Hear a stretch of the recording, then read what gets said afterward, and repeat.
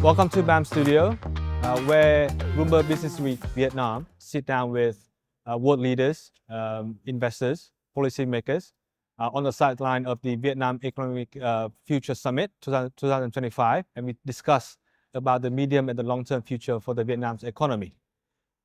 Today, we are having sessions throughout the morning to the afternoon, and the topic of today's discussion is Vietnam Future Starts Today. My first guest, esteemed guest, Mr. Singh, could you introduce yourself? It's great to meet you, Son. My name is Manpreet Singh.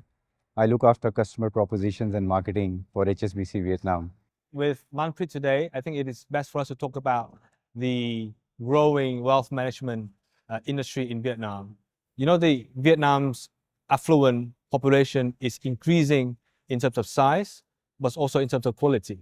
Do you see any change in the investment behavior of this growing affluent investor cohort? Vietnam is undergoing a remarkable change and it's getting more prosperous by the day. Yeah. Let me share some data points with you.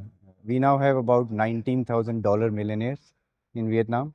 That number has grown by an astounding 98% in the last decade. You know, that growth rate is the fastest across the world.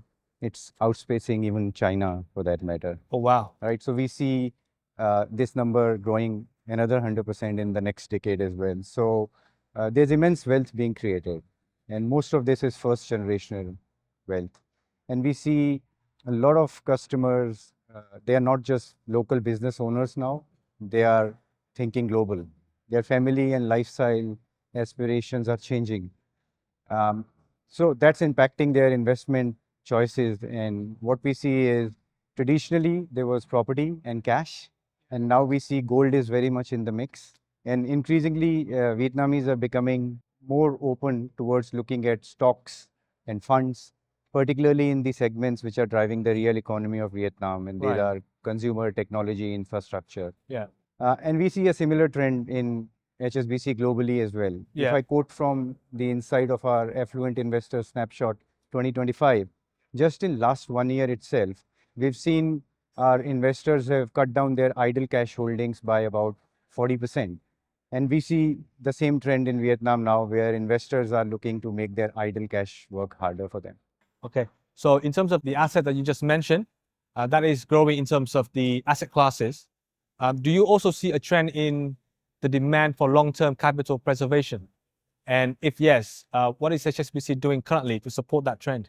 Yeah, that's actually HSBC's core strength. You know, we've got our network in more than 58 markets, and we are perhaps best placed to support our customers' international and long-term wealth preservation.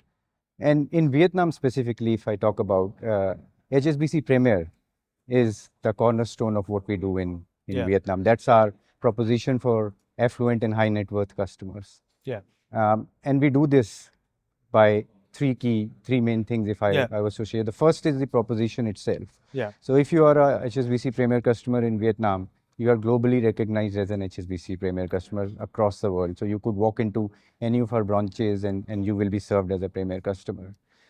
You can view all your global relationships in one page, on our mobile app, and you are able to transfer the money just by clicking those accounts and doing it instantaneously using fast, seamless, preferential FX rates itself. We also allow you to open international accounts in key corridors if you are eligible to do that. And we are there to link you up with our global private banking if you are in need for more sophisticated wealth solutions. Yeah. The second pillar over here is our global research office. We invest heavily here and we produce quality, regular, local and global insights reports.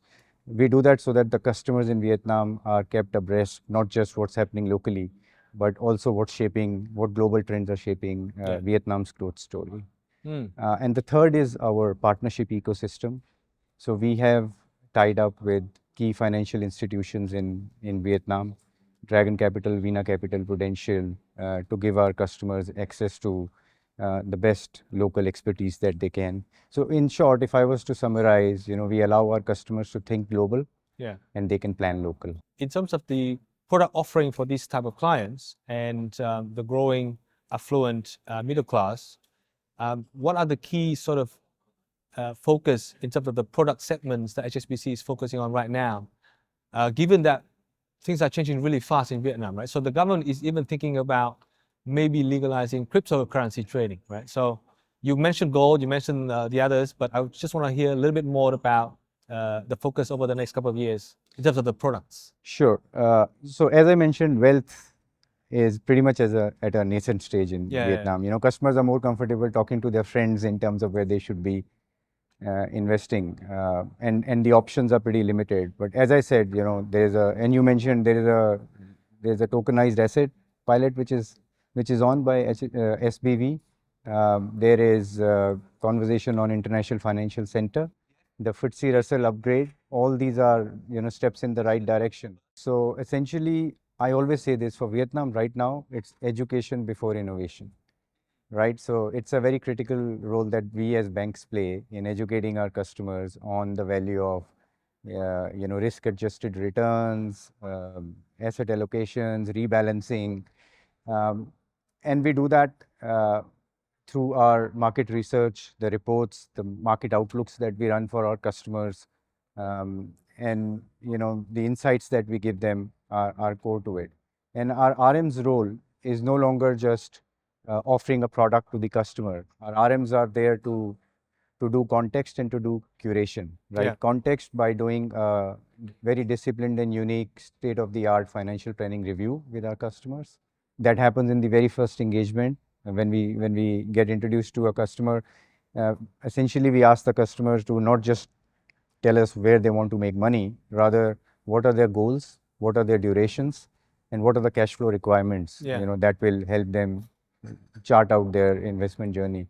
Yeah. And that becomes the so-called blueprint for us to then use our resources, local and global, to help them in creating a resilient portfolio. Yeah. And in terms of what products, as I mentioned, we have a open partnership ecosystem where we have tied up with Dragon Capital, Vina Capital, and Prudential. We offer mutual funds and investment-linked insurance.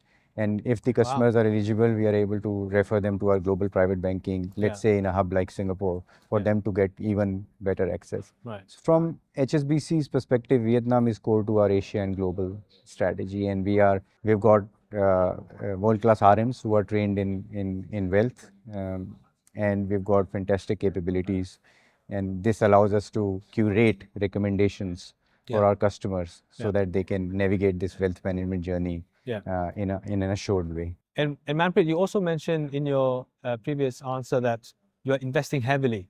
Now, with the rise of AI and large language models, and are you seeing HSBC investing in technology to help you deliver the ambition that you have for the wealth management service in Vietnam? Yeah.